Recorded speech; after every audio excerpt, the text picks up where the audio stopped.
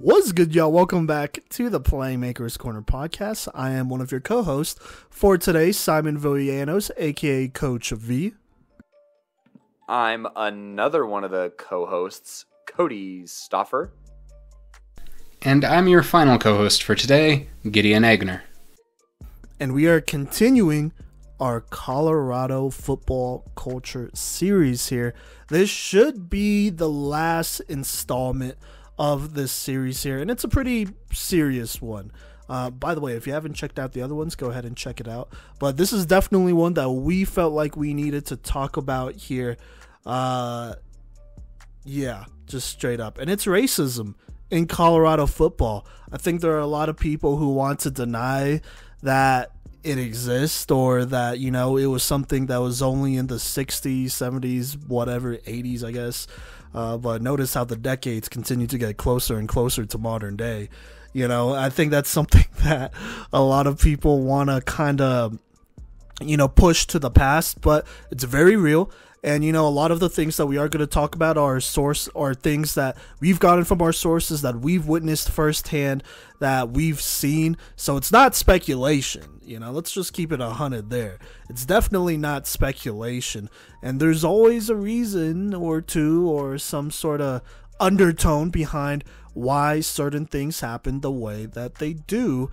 Is that not right, Kodey and Gideon, who, by the way, are the two white guys on this episode to talk about racism with me, a person of color?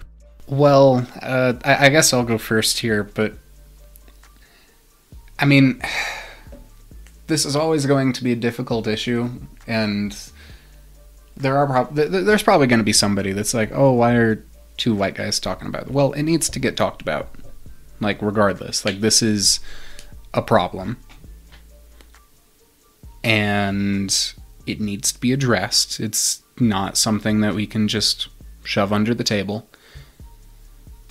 And yeah, long story short, if we're the people that are talking about it, then, and somebody else feels like there should be a discussion about it, then hey, at least we started that discussion. So yeah, long story short, I mean, I know it's a bit awkward to have two white guys talking about it, but if it needs to be said, it needs to be said. I definitely think that in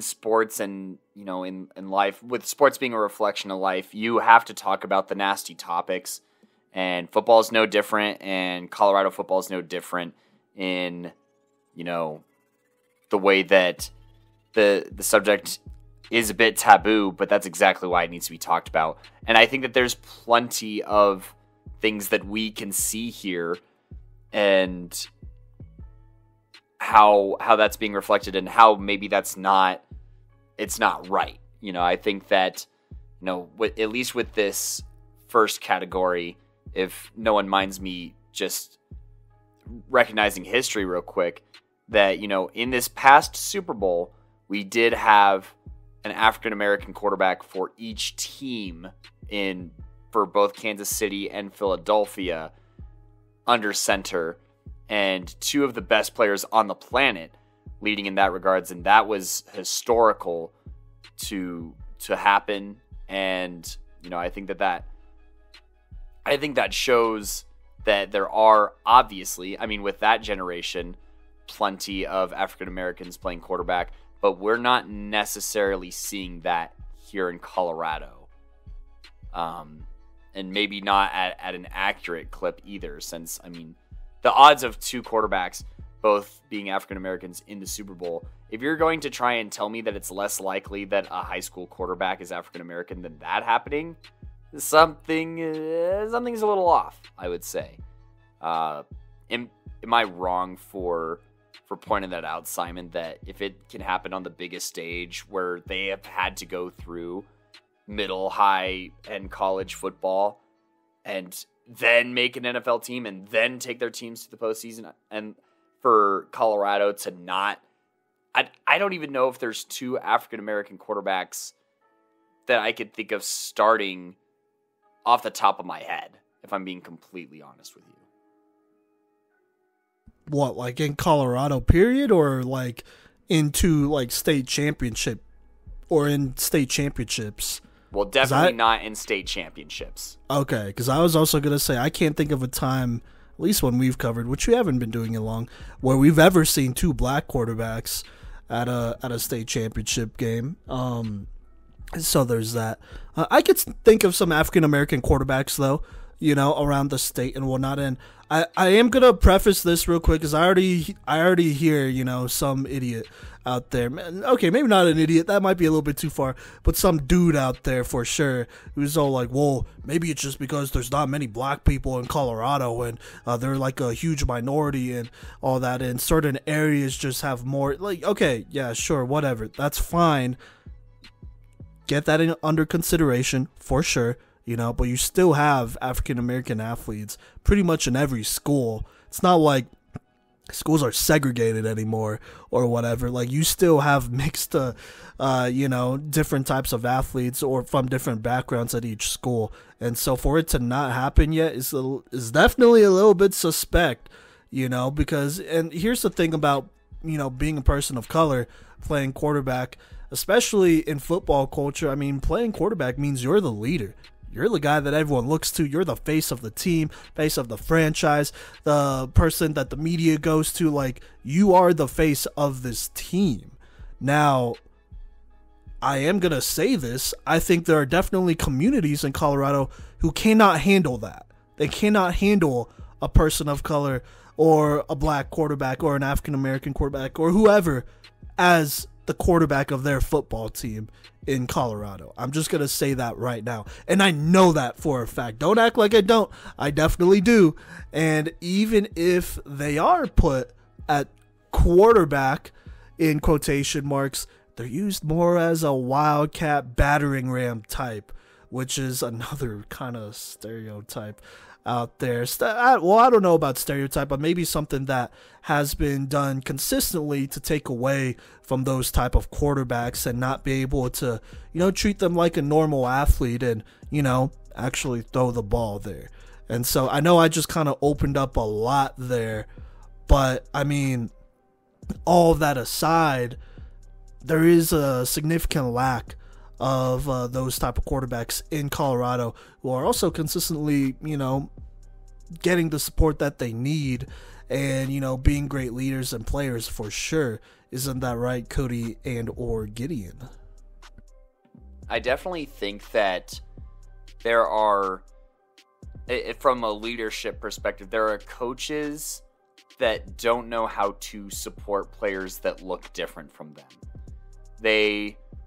Whether it's from a lack of experience or just, I don't even want to say lack of experience because that sounds like an excuse when really it's their job to connect with their players, to stand up for their players, and to be there for their players.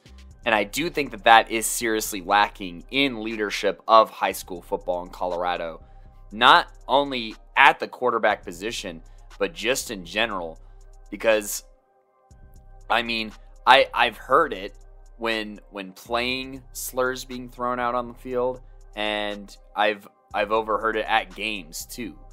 And as a coach, you have to be going to bat for your players that are going to be targeted in that way. And I just don't know. I just don't think even that the majority of Colorado coaches are equipped to do exactly that for their players. And then the criticism and the attention and the spotlight and everything is dialed up to 11, right, when it comes to the quarterback position. So that even more so. But I also just think in a general sense, pretty under-equipped to handle that. Gideon, do you want to speak on the topic here a little bit more? I mean, so I come from the smaller school perspective of this, right? Where, like, I'll admit, in my graduating class, we had, of like 120, we had maybe 10 people of color in total. But that is no excuse. So here's my story. So I'm from Manitou Springs. I'll see if it can be included. But basically, there's a picture that ran in the Pikes Peak Bulletin a few years ago of the 1946 basketball team. I promise this has a point. The 1946 team had a black player and 2 Asian players. So I understand not every community in the state has that type of history, where people have been accepted in the school and in athletics for the past 80 years at least. That doesn't give you an excuse. In the year of 2023, there have been enough people to come through all of the schools in the state that you should be able to handle that. Some people don't. Kodey just mentioned that. Some people don't. But theoretically, you should be able to handle that. And you should know how to deal with that. And I mean, if you're not willing to go up and stand up for somebody, like as a coach, let's say you have a black quarterback, and you're not willing to stand up if that quarterback gets unfair criticism the same way that you would for a white quarterback, then you shouldn't be a coach. That plain and simple. Like, off and on due to injury, during my time in high school, we had a black player who was at quarterback. He was at wide receiver. Like, he did a lot of things, but frankly, due to injuries, a lot of what kept him out of the lineup our senior year and our sophomore year. But what ended up happening was our coaches stood behind him. And the paper, they treated him just the same. Our community treated him just the same. But it's when we started playing people from other communities, that's when it started getting whack. So that's like, especially at bigger schools, like I don't understand, but I understand at smaller schools if this might still be a problem where, sure, you may not have had somebody with the quarterback skill set who's a person of color in 10 years or so, because you don't really have many people of color in your school, but especially if you're at a large school, that makes no goddamn sense to me. No goddamn sense. So that's my story, and I'm sticking to it. Now, moving on just a little bit here. So I've had this conversation, not once, but definitely a couple of times here. And that conversation is, is Colorado ready, like the Colorado high school football community, are they ready to have a quarterback that is black be the best quarterback in the state consistently? Are they ready to have a black quarterback who's the best in the state, or even just a POC, a person of color, be the best quarterback in the state? Now, you can look at, different years and whatnot, but this is what I'm really going to focus on here first before I allow y'all to answer this, if the state is ready for a person of color at quarterback to be the best. But, just looking at the Chassa records here, looking at this top 10, I looked at everyone. I'm pretty sure there's only maybe one person of color on this top 10 all-time passing yards list, and that's Clay Garcia from Alamosa. That would be the only other one that would be there. And then just following that, you also have Dylan McCaffrey, from Valor. So top 11, really. You only have one that is, a person of color, right? And so just keep that in mind. If you go ahead and look at this year's stats, the top 20 quarterbacks when it comes to passing, you have a couple more people of color in here, obviously used very much differently. You have 1, 2, 3, I think you have 4 out of 20. So with that being said, Kodey, Gideon, do you think the state of Colorado as a whole could handle a person of color being the best quarterback in the state? Because I think that is a very telling question, whether you say yes or no to that. I could kick us off here, and I'm not confident. If I'm being completely real, I'm not confident of the state being able to rally behind that player and show the same support and pride in a great Colorado prospect that under center that is a POC. I don't know. I really don't think so. But on the flip side, it's going to happen. You know what I mean? And for all those... Well, we could hope it could happen. Personally, I wouldn't say it's going to happen. I mean, obviously, you want to hope that it's going to happen, but if it's going to happen, then it would have happened already. But sorry, I just wanted to make sure that was clear. But go ahead, Kodey. I don't want ignorance to win here.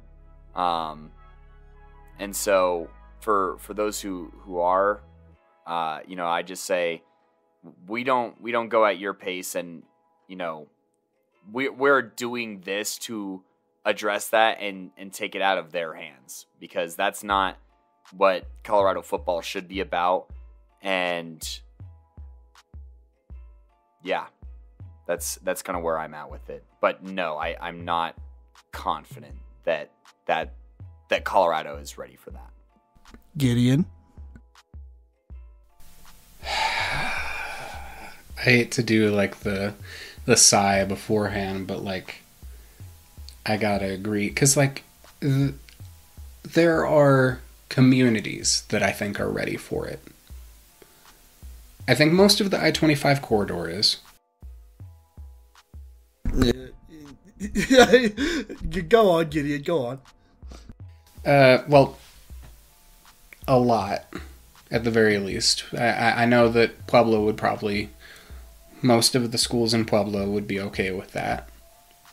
Most of Fort Collins would be okay with that, based off of the vibes that I've gotten from up there. A decent amount of the Springs would be okay with that. And from what I know about the Grand Junction area, they'd be cool with that. I can't fully... And I'm not saying like the schools, I'm saying like the communities. I am not fully sure about the rest of the state. Like... And like geographically, that's most of the state, but population-wise, I'd be willing to say it's a lot less. But some communities are ready, some are very much not.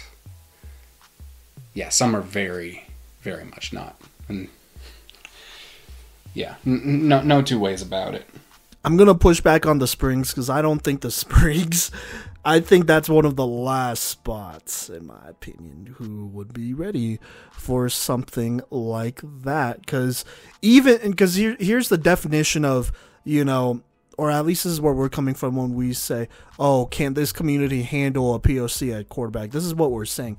That means, can they accept them? Are they not going to immediately come up with he should have just played wide receiver and running back and be a DB for us and play something else. He's not really a quarterback. I don't think he really has the mental, that's where it starts there. And then there's also the woke culture. They want a black quarterback. It's like, no, first things first, best players got to play at each position. So, because we're talking about football, right?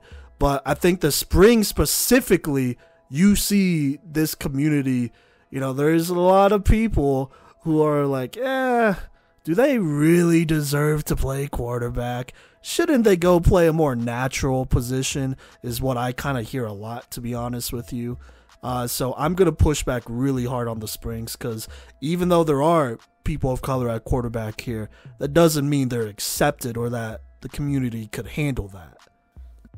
And I'm just pushing back on I-25 in general too. Like, I just don't see the full acceptance and really like rocking with them, because I feel like as soon as the going gets rough, they're gonna immediately turn their tail on them.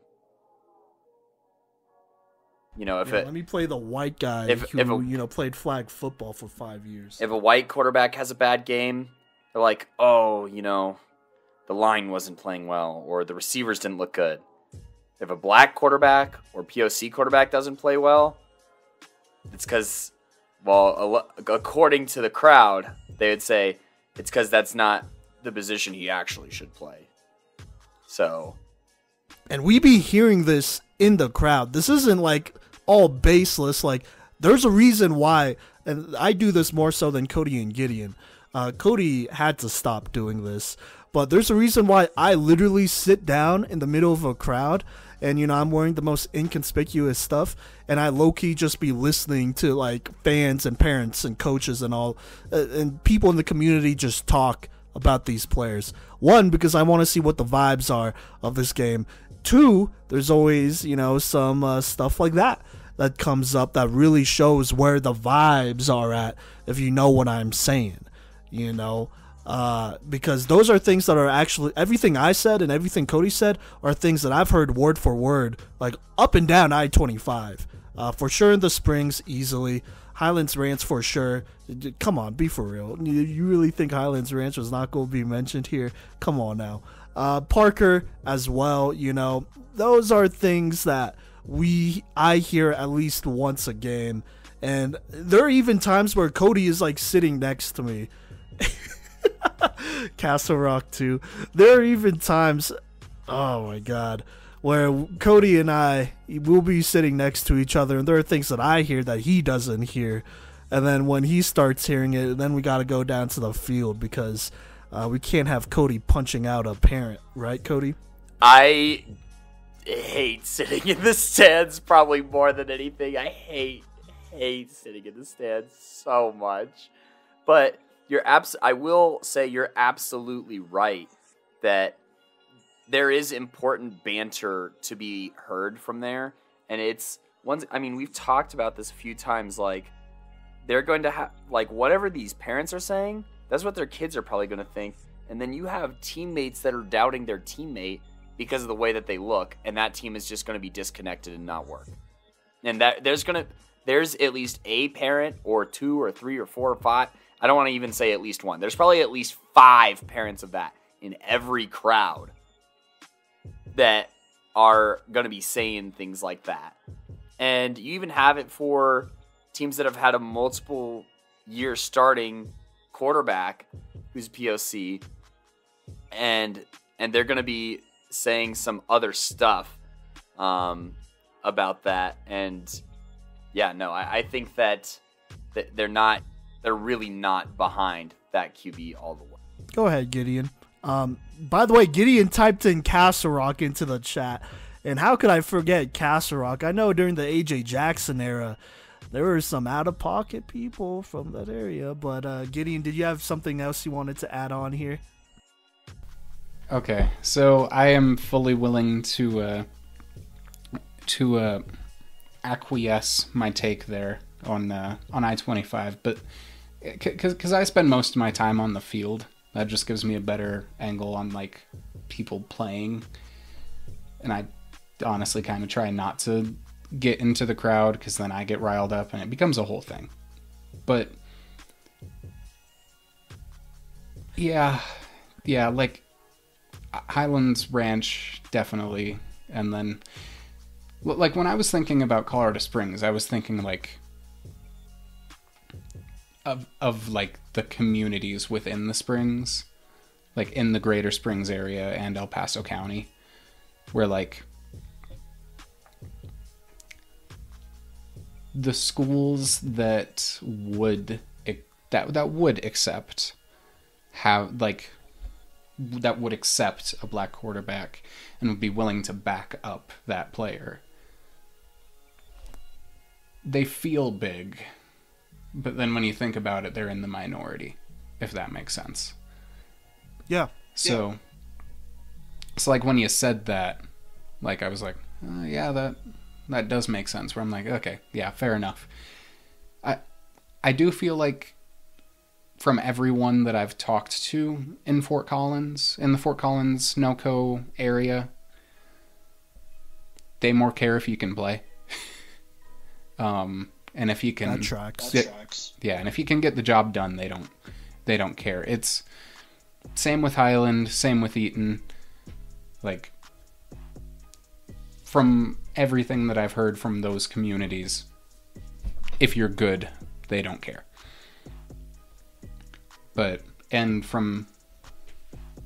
And if people spend more time out on the Western Slope than I have, and they disagree about the Grand Junction area seeming like that as well, then that's fair enough. But from the time that I have spent out there and spent talking with the people out there, that's the impression that I get as well, is as long as you're good. So that's what that's my piece. For sure.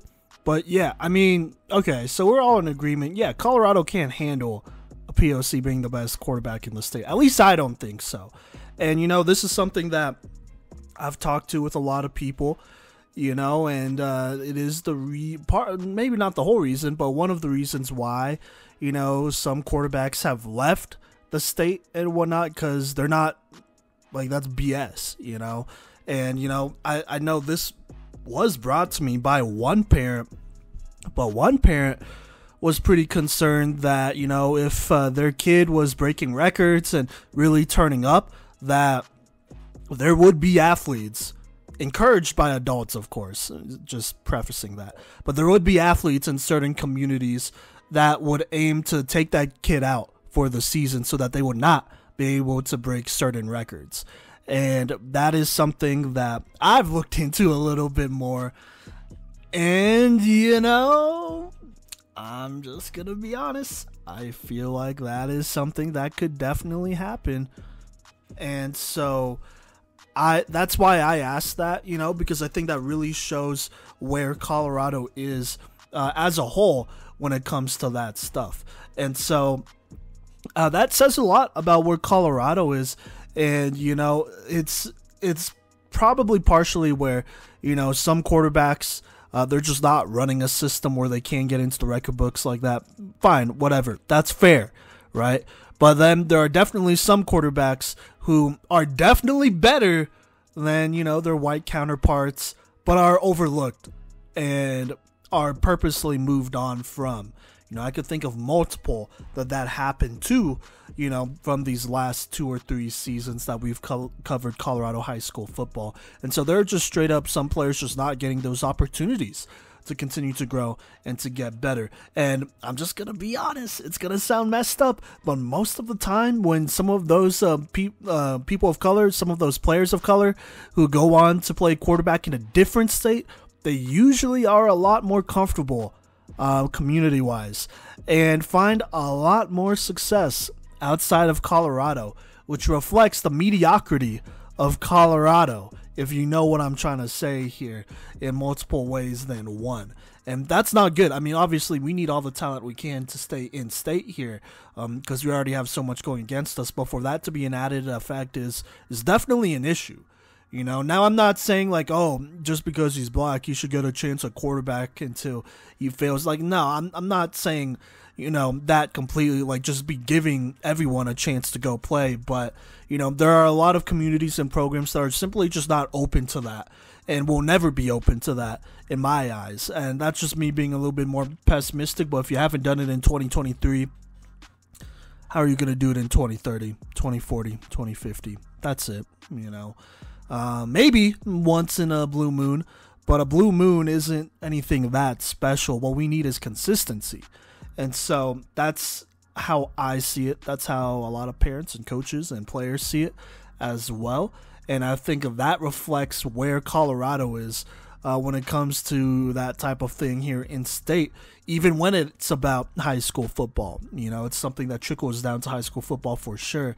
And, kind of transitioning here to our next segment, I mean, one way that they've really kind of tried to keep down people of color is by switching their positions. And they know what they're doing when they do this. But, maybe they're a really talented skill player or something like that, and they'll switch their position to, lineman or linebacker or whatever, something like that. Or, or maybe, they're a very talented quarterback and they'll be like, hey, you know what? I think you're a running back. Let's go run you 40 yards or 40 times into the ground. And, that's how we're going to use you and your specific skill set here. And so position switching is a real big thing that, may not be racist in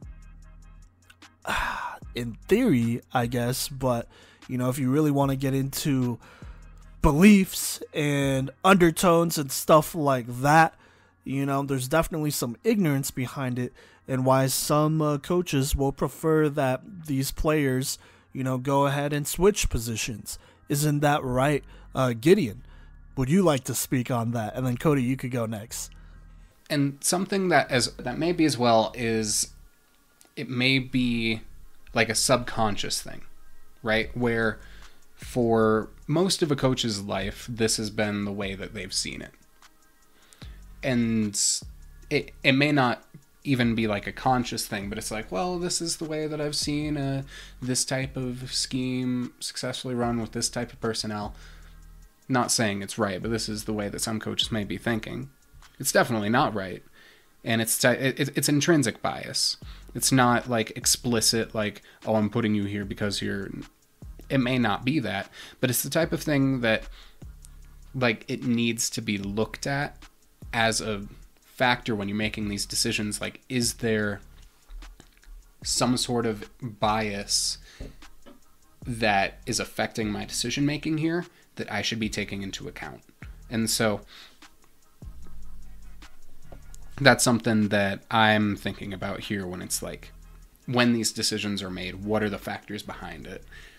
And if it's something that is subconscious, you're not actively making that decision because of this, but it's affecting your decision making, you need to be thinking that all the way through before you make that decision, which you should be anyway. But I mean, we've talked about it a lot when we've done this culture series where some decisions are not made with full thought, if you will.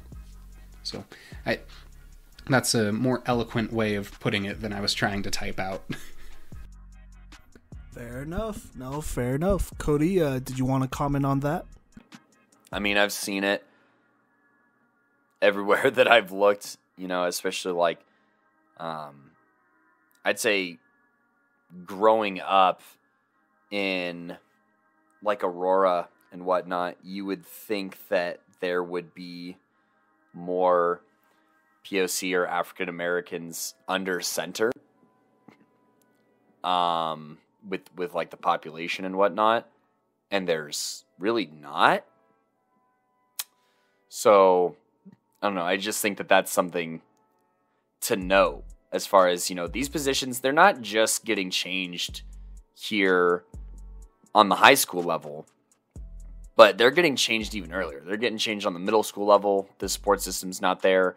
They're getting changed, junior high, Pop Warner, or even on the elementary school level, where you have some young African American who's dominating in, like 5th grade football, and then they're not at quarterback the next year. I'm like, well, if they were able to throw and they were running the ball well, and you were running, like if they were running a system very well, I don't understand where the logic comes from that they're not continuing to play that position. So yeah, no, I would agree. All right, great. So we've kind of finished talking about this, but to be, I guess to wrap this thing up here, I mean, look, there's going to be some biases for sure that are racially motivated when it comes to, who gets to play on the football field and who gets to play what in Colorado. And that's definitely something that still exists, and you see that in the makeup of teams and, where they put certain players and all of that great stuff. And part of that is also, I mean, there are some squads where they are extremely run-based, and that's definitely a flaw in Colorado in general. But, they're extremely run-based, and so they're going to put their best players where they could get the ball most. And so there's no doubt that there are definitely programs that, have that. And they're cool with, those kids being ran into the ground. But there's definitely a deeper meaning to that, being more okay with them being ran into the ground than them passing the ball and leading a team, and, being more of the traditional face, or I guess modern face of, a football team as a passer and as a quarterback, because it could be argued that if certain teams switched systems, that player would no longer play quarterback, and they would not try that anymore, or try them at quarterback anymore. And I think that says really all you really need to know when it comes to racism in Colorado football. So we're just going to leave that there. And if you can't read in between the lines, I don't know what to tell you, right? But kind of switching gears here, let's talk about the sports media here in Colorado. The one that specifically covers Colorado high school football, like us, and, talk about people of color in the media. I am obviously one of those. Everyone else on the Playmakers Corner is white, though. And I am also the person who usually brings on the most people. And I'm going to tell you right now, and you may not believe me, but I am not racist. And it's just kind of tough, because I think the opportunities when it does come to covering Colorado sports are a little bit far and in between, because we also don't get paid to do this either. But, to lure those great reporters and stuff, we have to kind of have money for that, and so it is a little bit of an interesting situation over here on our podcast. But obviously I'm always open to bring in another, person of color to even up the teams over here. And that's just where we're at. So that's our official statement. But, looking at the rest of the media in Colorado, being in, some of these media days, Kodey, you tell me, because you've been to the most of these, how many people of color outside of me are there covering as media? I can't give you a name. If that doesn't answer your question, I cannot give you a name. I think that it's, the majority of that room looks a lot like me, and I know that this is another issue too, but also very little representation and women in sports and stuff like that covering that too. It's a lot of white dudes, old, young. I mean, guys who are still writing for like the newspaper and stuff are in there, and they're asking questions that aren't always great, honestly. I think that there's some really stupid questions that are being asked in those media sessions, and I do think that outside of like the network that we've kind of been able to build with media outlets that we trust and hang out with, it's very lacking in diversity. For the rest of Colorado football media, and just honestly Colorado sports, high school sports media in general, I would say is severely lacking in diversity. And I think that you can tell kind of like our relation to the majority of media and just where we kind of stand in the state with the connections that we have, and kind of like how diverse of a network we've built, whether that's through coaches, parents, or other media outlets. And there's kind of like there's a separation between like who we talk to in our network and who, like, I would maybe say the mainstream media network is, and at least in appearance, behavior, demographics, and class. I would say there's pretty noticeable differences. So, yeah, I think that is a pretty good addressing it. And then also, for anyone that's going to, because I already know that they're out there, they're going to try and discount Simon and his experiences here. But as witness, when Simon posts something, when Coach V posts something, the reaction to his post is always different than myself, than Mason in the past, and Gideon now, and probably Gino in the future. The reaction is always severely different. It's way more hostile and more out of pocket, and it's motivated for sure. And I wanted to bring that up first so that nobody could, well, they're going to do it anyway, but I don't know. It just, you know exactly what I'm talking about, Simon, that they're just not going to believe you. Or a handful of people, they'll be like, oh, that's dramatic. And it's like, no, dog. Racism is still alive and well in the Instagram comments, in the Twitch streams, in the DMs. It's ridiculous. It ain't right. And we don't rock with you like that. So, Kodey, I appreciate you saying that for sure. And I'm going to speak on my experiences a little bit here, and then I'll pass it over to Gideon. Because also, Gideon, I don't know if you are fully aware of everything that has went on, because I've kind of tried to shield you from it just a little bit, you know, because it's mostly personal stuff. But no lie, from, let me think here, fall, like, let's say September of 2021 to, I want to say December-ish is kind of where there was a break. No, not really. Let's go from August of 2021 to maybe March or April of 2023. No lie, I got a DM with a slur in it every week. About something that I said, about a take that I had, about a TikTok or whatever. And, you know, I link, you know, my stuff, my social media accounts, and it's open, you know, and I'm not going to close it because I'd like for athletes and coaches and, you know, parents to know that my DMs are open and that I'm willing to have a civilized conversation with you. But I definitely battled a lot of those DMs, especially when we talked about Valor, which was crazy because it was Kodey who said all that stuff about Valor. But I was the one who got millions of, not millions, but at least a good 100 or so slur-filled DMs thrown at me for what I said and for talking about the Highlands Ranch community and Valor. So I'm going to put you on blast real quick, or not you, Kodey, but like Highlands Ranch on blast for that, because that was crazy. That went on for at least 6 months of non-stop racism in my DMs, from players, from parents. If you're a coach, I couldn't tell, to be honest with you, because of the way you were trying to approach me and whatnot, but it was just straight racism from there.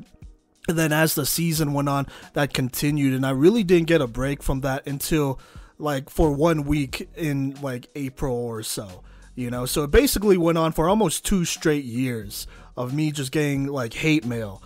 Whether it was on Instagram or Twitter or TikTok or whatever. By the way, follow me at Simon Villanos on those. I already know. And that's why, you know, I have all my notifications on my social media basically turned off. I had to turn it all off because of that, you know, and I'm not logged in to our PMC email anymore. We used to get some on those and I delete them, but you know, that's why I'm not logged in on there. That's why I'm not logged in really on any of our social medias. And even when I am, notifications are turned off and I don't look at requests. I don't look at that stuff. I really try to let Kodey and Gideon handle all those messages. And if there's anything that I need to know, I'll hop in there. But other than that, that's why there's been a really big switch when it comes to who's handling the social media and who has more control. It's because for my mental health, I don't want to hear it. And it's definitely kind of taken a toll negatively, so that's definitely been a big thing when it comes to racism. On top of that, you know, I definitely have a lot more people who will approach me out in public negatively than Kodey or Gideon or Mason combined, I would say.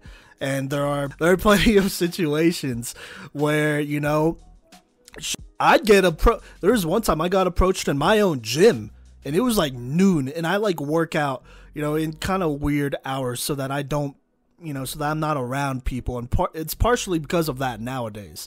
But it was like noon, and this dude who's like a Vista Ridge fan tried to press me.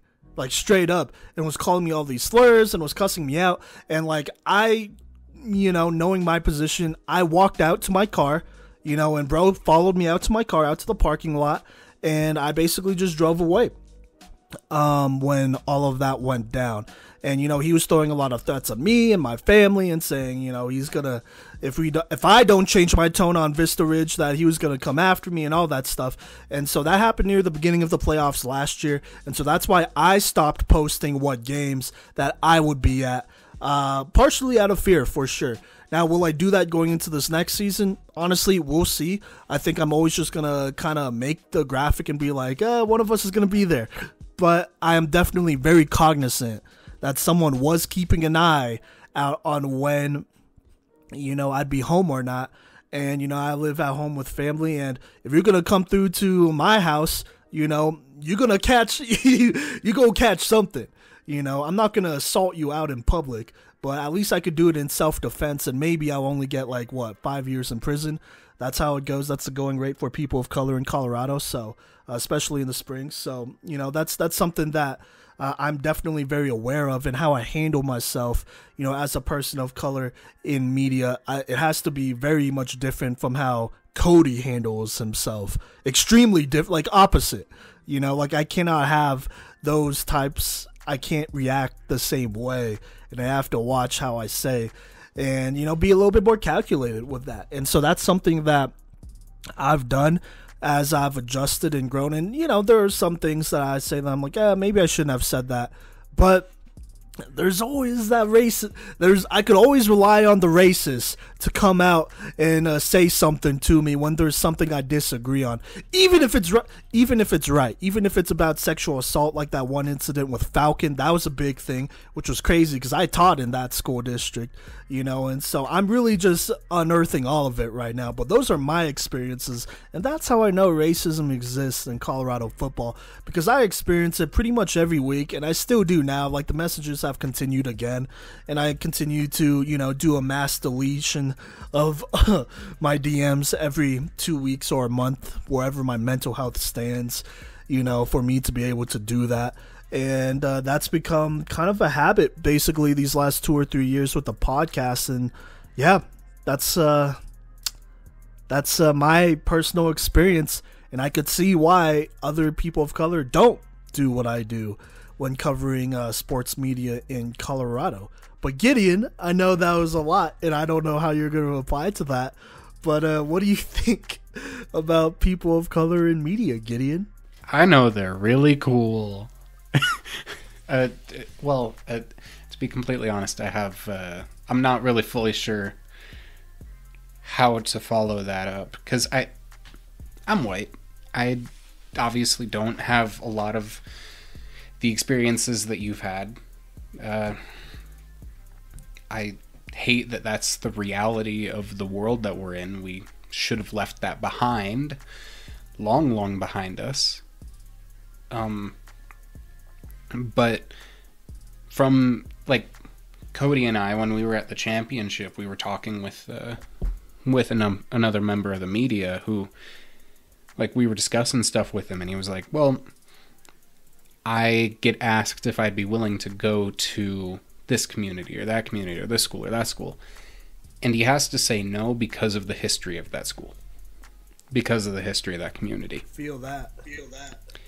Yeah. And it's I know that I don't have to be as cognizant of that. But I am going to say that the people who make it so that that members of the media, that good people have to be on their toes day and night for no good reason. If you're one of those people, you're a piece of shit. Sorry to make you find the bleep button there, Simon. But You're good. that's if you're somebody who's coming out here and harassing a member of the media at if you're holding a member of the media who's a person of color to a different standard than you're holding me or Kodey, then you're a piece of shit. Yeah, that's long and short of it. If I get a take wrong, I get a take wrong. I'm willing to admit that. Like, I've had bad takes before. I had one earlier in this episode. But coming and threatening to assault somebody, coming and messaging somebody slurs, using slurs to threaten somebody, I don't know where along the line of development you were taught that that's okay. But if you're listening to this episode and you do think that's okay, then you can fuck off to hell. That's what I gotta say. Yeah. And that's just how it be. And I mean, these experiences maybe deter other people of color from joining the media, but hey, I'd welcome you in open arms. Obviously, I mean, but you just gotta be ready for it. I mean, I think it definitely it gears you up for almost anything at this point. The things I've had to change up since I've started, insane.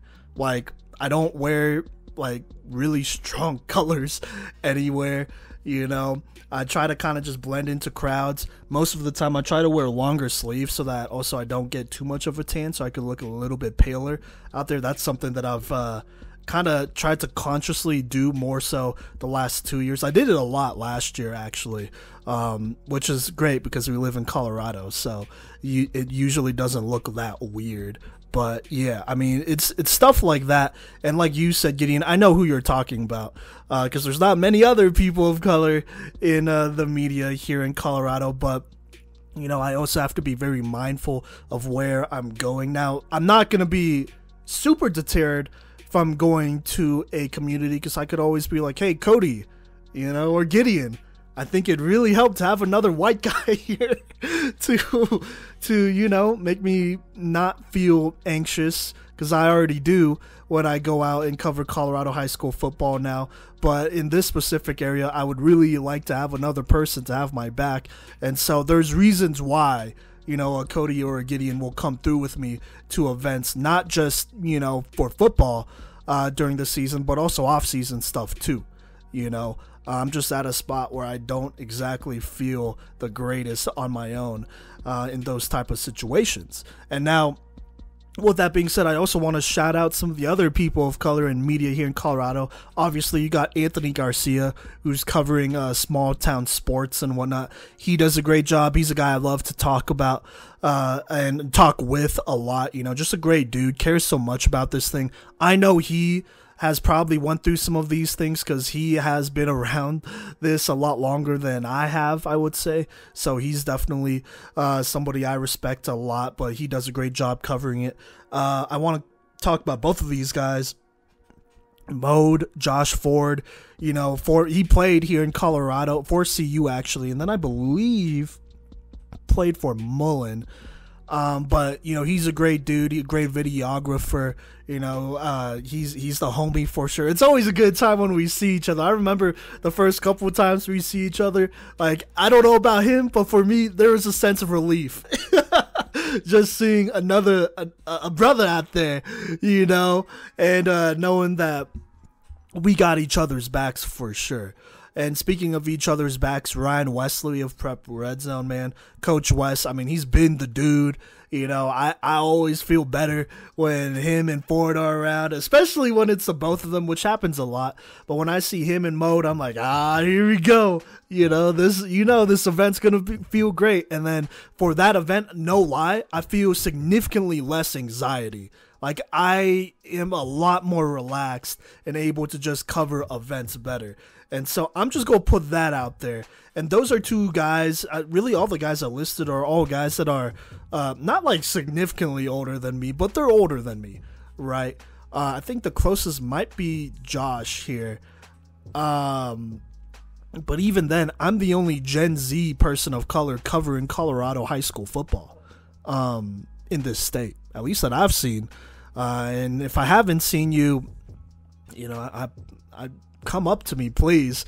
You know, I'd love to continue to build, you know, the media here in Colorado the right way.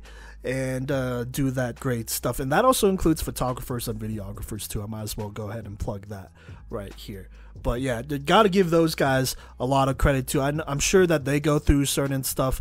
Now they're a little bit older, so they're probably more used to it. For me, I'm a bit younger, so it was a really big shock to my system, and it really roused me up sometimes. And Kodey knows this, because there are weeks during the season, especially last season, where I'd be like, bro, I don't want to do this anymore. That's it. And Kodey, you could kind of attest to that. Yeah, go ahead, and if you want to talk about Mode and Wes and Anthony, go ahead as well before we move on here to our next segment. But that's really all I gotta say about POCs and media as a person of color. See, when I think Colorado sports media, I think of those guys, which is like what I was alluding to with the network that we've kind of built, obviously. And, that group and us, we don't make up the majority of Colorado media, but we make up the majority of good Colorado high school football media. And, I appreciate those guys, and, appreciate the conversations and insight that we have. And, we see eye to eye on a lot of things too, and exchange information very well. And I think that we do a great job as a unit in our individual facets, and then collectively of covering Colorado football and sports in general for the guys who do more than just football, obviously. But no, I appreciate those guys so much, and they are PMC fam as well. So, you'll see us if we're at the same game, which sometimes we don't even plan. Actually, I don't think we've ever planned on being at the same game, but we have seen each other at plenty of games because we have the same idea of who we want to see at that time, because, well, we all know ball, so there's that. But, no. Hey, follow them on Instagram and Twitter. Ryan Wesley, Coach Wesley, and then Josh Mode Ford. So there you go there. Oh, and Mile High Prep Report and Anthony Garcia. Yes. Please do that.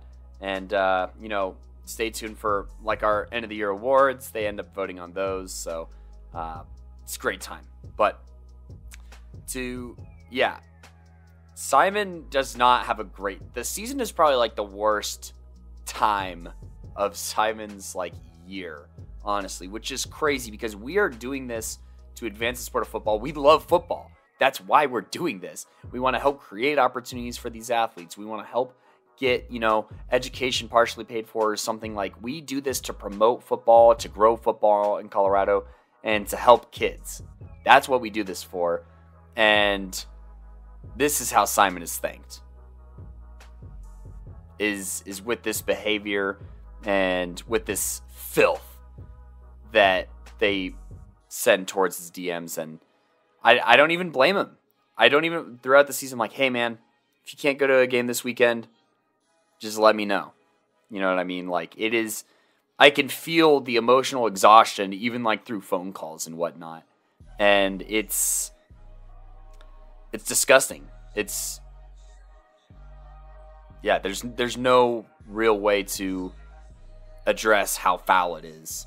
So, but no, I can attest to that, and the experience of the DMs. And I always think that the Twitch stream was one of the worst that I could look through entirely, I guess, and see in real time. And that's, I don't know, we need mods literally for our Twitch streams, for if it's just Simon doing it. We need to have a mod present, because there will be nasty, horrible comments hidden behind user 2100920 when it's on Twitch, of course. So they're hiding behind that. But I mean, yeah. Simon, just screenshot these and post them to your story and at them. Oh my god. No, I can't be screenshotting slurs and posting them. Well, I don't mean to that'll be out of context. I mean just I know, I understand the logistical issues with it, of course, but man, I'd love to just drag each individual through the mud, as they should. But Hey, if some of these programs knew the racists that were out here, and you probably do, and you're protecting him. But there are more communities enablers than allies, I would say. Oh well, yeah, they're definitely not allies. So, yeah, I don't know. It is what it is, I guess. I still be going to games Thursday, Friday, Saturday. Still be doing this, this podcast.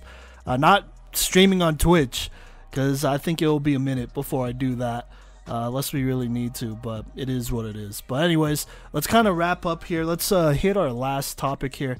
Let's talk about people of color in coaching. I think Colorado has really done a pretty solid job at this, especially looking at the Springs. There are a lot less white coaches out here, and I'm not just saying that in a happy way. I'm just saying that in a, hey, that's progress type of way. If you go back 20 years, I don't know if you see many black head coaches or head coaches that are people of color and whatnot, outside of maybe the Denver metro area. But down here, Pueblo, and there's obviously still improvements, but in small towns as well, you see a solid amount of coaches getting those opportunities. Now, you could still see more, because I think, I guess this doesn't always correlate that way, but I think having people of color as head coaches, they're going to understand a wider, more diverse group of athletes, and be able to handle certain situations with a little bit more urgency, or how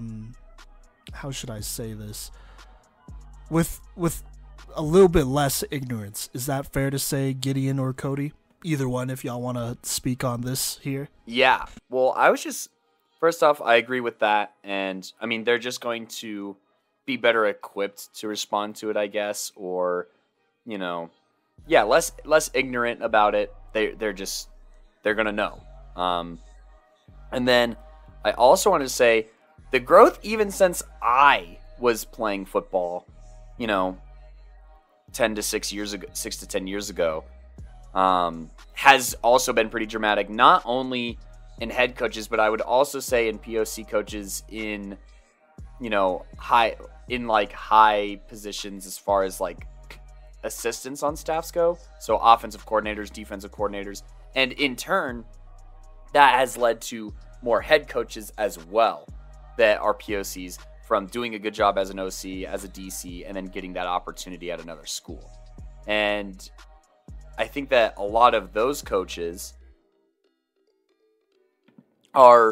they're not who we're really talking about when we're talking about the coaching issues in Colorado. They are advancing the game to a modern age a lot of the time. And you see them put in those positions because they are calling a great passing attack. And then they get those opportunities, and it is going to open a lot more doors here in Colorado for athletes and coaches as well.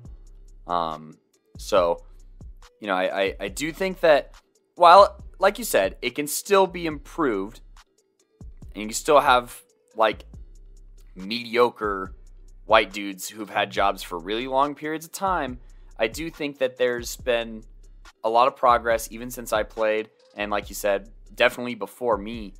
But I think it's taking a step in the right direction. You're getting more high quality coaching. Obviously, when you allow dudes who know ball to coach, you're going to get players that will know ball as well. And, I think that's been really good. I also just want to say, I think that in Colorado, especially in Denver areas, I've noticed a very high, I don't want to say very high, but I've noticed, a solid amount of Hispanic contributions on the coaching level and on the player level, which I think is important because Colorado has a pretty decent Hispanic population, and so to see coaches in that position, and that's something that I don't really think I've seen too much in the NFL or college or something. So I think that seeing it here in Colorado and kind of reflecting, especially in Denver and areas like that, North Denver and stuff, I think that that's really good for the athletes and whatnot. For much of the same reason that you brought up, Simon, as far as, if situations arise that, would require less ignorance to address, I think that is also well equipped. So I think that coaching wise, we've seen a solid amount. I can still think of instances where someone else with a different skin complexion has gotten a job over someone that I think was more deserving, who is POC, even within the past year, 2, 3 years. But I do think that getting qualified coaches in qualified spots is happening more in Colorado than other places across the country, at least when there's an open job. I think Colorado's big issue is that there's not enough open jobs because admin doesn't fire a coach for being terrible. But I do think that progress is being made, and that it is good progress, it is healthy progress, and it's quality. It's quality too. You know what I mean? So I think that is a positive in a long list of negatives on this episode. And there's still negatives in this category, but I do think that there are some positive takeaways as well. Gideon, do you want to go ahead and say your piece here? Yeah, so in high school, I was kind of lucky because, a lot of the coaches that had a big influence on me were people of color. We've got Coach Archuleta, love you, Arch. Sad that he ended up having to retire. Coach G, he does baseball, football, and basketball, so I got to interact with him a lot, and he's just a really, really good guy. And I feel like I was lucky in that way where, the school took him in, and in going around the state, I see a lot less of that.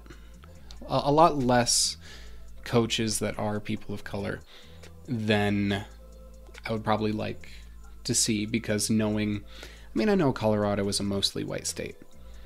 So sure, it makes sense that a lot of the coaches would be white. However, it's a disproportionate amount. Not saying that it has to be proportionate theoretically, but it is very, very far off of what an ideal world would be. And so I don't have as many experiences in terms of seeing somebody who's more deserving of a job not get it in the coaching realm. But I will say that there are coaches who, when situations arise, when it comes to situations involving racism, do not do enough. And that's extremely, I was about to say unfortunate, but no, it's fucked, is what it is. It's a whole different level of fucked up.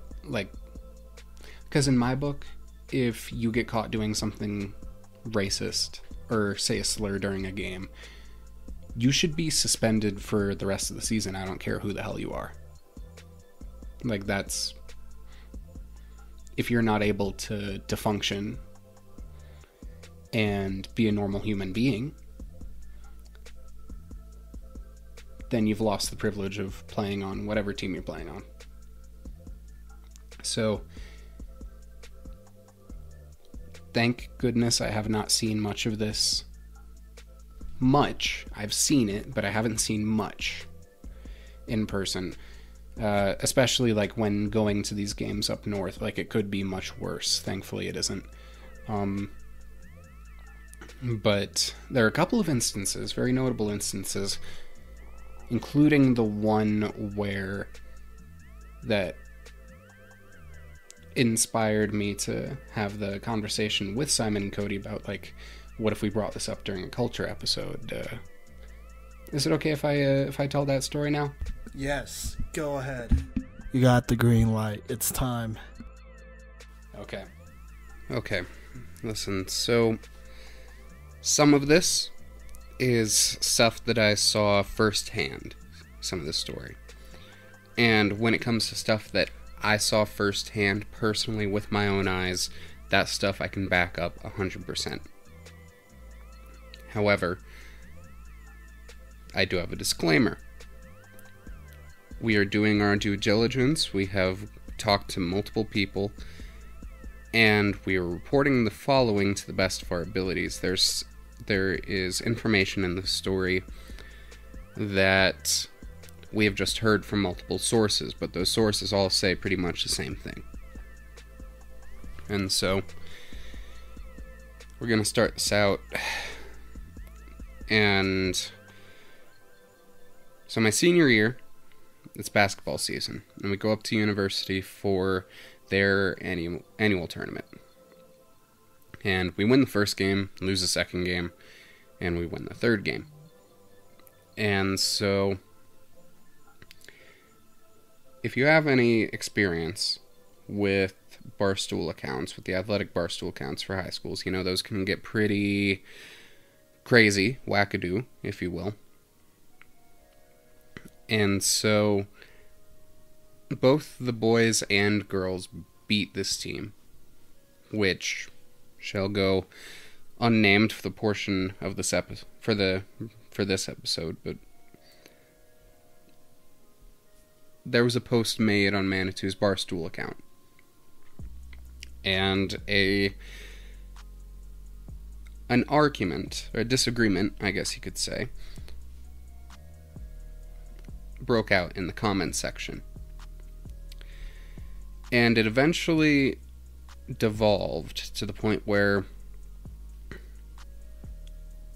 a non-African American player called one of my friends the N-word.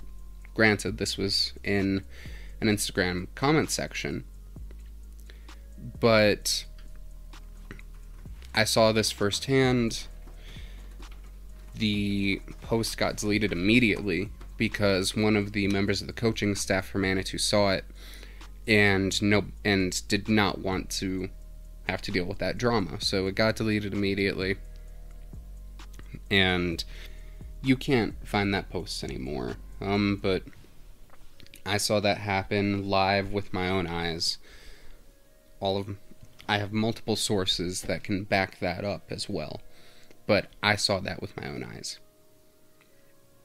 firsthand. And this next bit has to do with the same school that Manitou played during the football season. And basically what happens, and the following is stuff that I have heard from multiple sources. I've asked a lot of people about this. They all confirmed that they heard the same thing. Manitou was down, but it was the same person that was called the N-word, but he was called the N-word multiple times during this game, hard R. Thankfully, one of the referees did call unsportsmanlike conduct when he heard it, but so far as I'm aware, that player did not get ejected or anything like that, and it's still the same community, which is really unacceptable. Now this is editorial, but when this happens in different sports with multiple different players at the same school, you start to ask yourself, why is that? Why does it keep happening? And then you realize something is happening. Something is intrinsically known in that school or in that community that makes that okay somehow. I can't say for sure that this is happening, but the circumstantial evidence and everything that I have heard about this particular community says that this is happening again and again. And it's fucked up. And when it comes down to it, something needs to change there. I mean, that's what inspired this episode. Where when I heard that story, I was like, hey, we should have this conversation. Because that is something that has no place, not only in the sport, but in the state of Colorado. Yes, there's a place for trash talk, and there's a place for being competitive. But there's absolutely no excuse for the use of slurs, for unnecessary roughness, and definitely not for trying to go after somebody and targeting them because of their race. Again, the first part of that story I saw with my own eyes. I have people that can back that up. That's not conjecture. That's not hearsay. I saw it. And it's really fucked up. And that second part, again, I have multiple different people telling me the same thing. Multiple people that all heard it. And ultimately, this is fucked up. It shouldn't be happening. And if you are somebody that does this type of thing, you should be ashamed of yourself.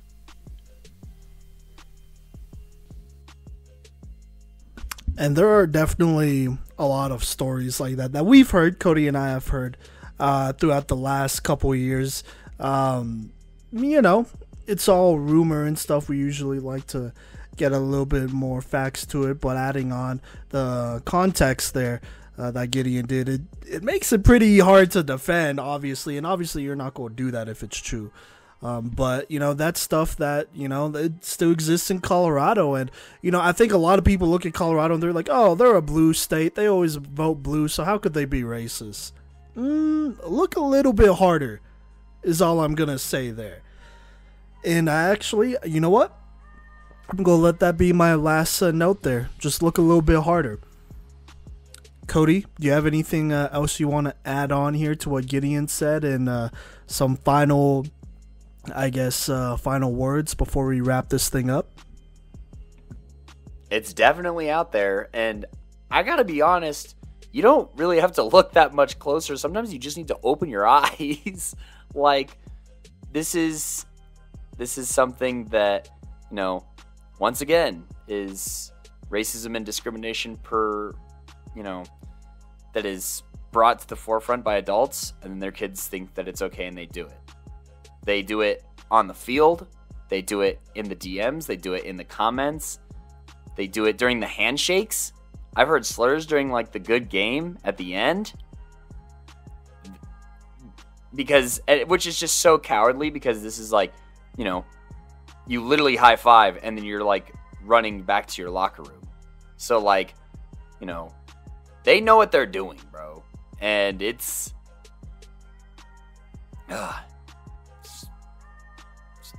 disturbing and disgusting, and we got to call it out when we see it.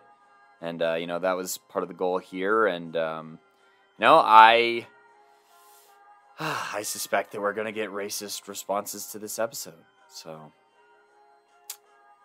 that's the assumption. I already know I will. I'll see y'all in 2 months.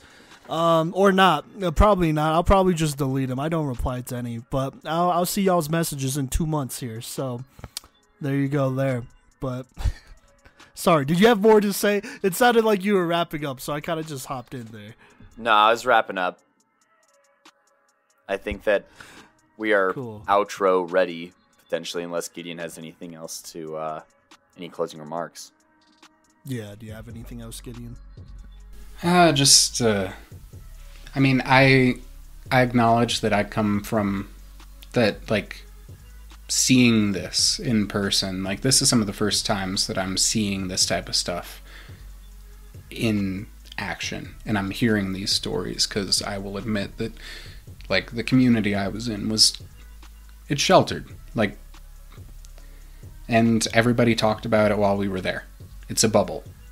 But if you're in one of those types of situations, look outside of your bubble.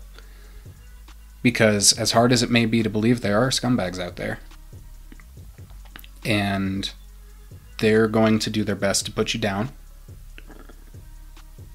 And if you have experiences with this type of stuff, with specific parties, and you want to speak out about it,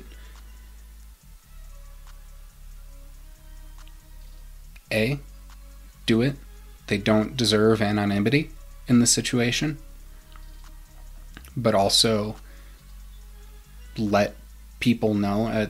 Simon, Kodey, is it all right if I let them know that they can let us know and we can take that into account when it comes to our coverage? Yes, absolutely. Well, yeah, no, always let us know. I mean, well, not always, but like, feel free to let us know. And if you want us to be discreet about it, go for it. I know there are a lot of athletes out there. I don't know if this is true for you or Kodey or Gideon. I know there are athletes there that have vented to me about Colorado and concerning those things. They're in my DMs, and I let them know I'm always there to talk because I know it's really frustrating, and I know what they're going through, having been in that position and now being in a position as media. And so my DMs are always open, and I'm good to talk. Now, I can't guarantee that I'm going to reply right away because of certain things, but I'll always do my best, and so just know that. So there you go there. Yeah, and at the end of the day, if you've had to deal with these types of people, fuck them. They don't deserve thought. Unfortunately, we have to think about them because there are more of them than there should be, but at the end of the day, goodness will win. And as long as you go out there and do your best and treat everybody with the respect with which you want to be treated, then you're putting goodness out into the world. And we know that there are a lot of good people out there. And yeah, at the end of the day, just be good. And, things like that is always going to happen. So, you got to be able to deal with it one way or another, which sounds harsh. But as a person of color, if things were going to change, they would have already. So, there's that. That's life. But anyways, thank you so much for rocking with us. Hey, check out the rest of our Colorado football culture series. We talk about a lot of different aspects of this thing here. I know that this should probably be one of the last episodes to be released here closer to July. So while you do that, also check out some of our season previews on teams. We are going to talk about all the teams, 1A through 5A, that are going to play in Colorado this year. And so we'll preview their season, talk about them, storylines, all that great stuff. So there you go there. If you want to go ahead and show us some love on social media, go ahead and find us at Playmakers Corner. That's Instagram, Facebook, Twitter, TikTok as well, where we will be posting more clips on TikTok from this episode and more. So go ahead and make sure you check that out. Follow us there. And then if you are listening to us, whether it's on Apple, Apple Podcasts, Spotify, YouTube, whatever, go ahead and give us a solid rating. We appreciate those. And I've been one of your co-hosts, Simon Voyanos, aka Coach V. And I have been one of your other co-hosts, Kodey Stoffer. And I've been your final co-host for today, Gideon Egner. And we'll catch you later. Peace.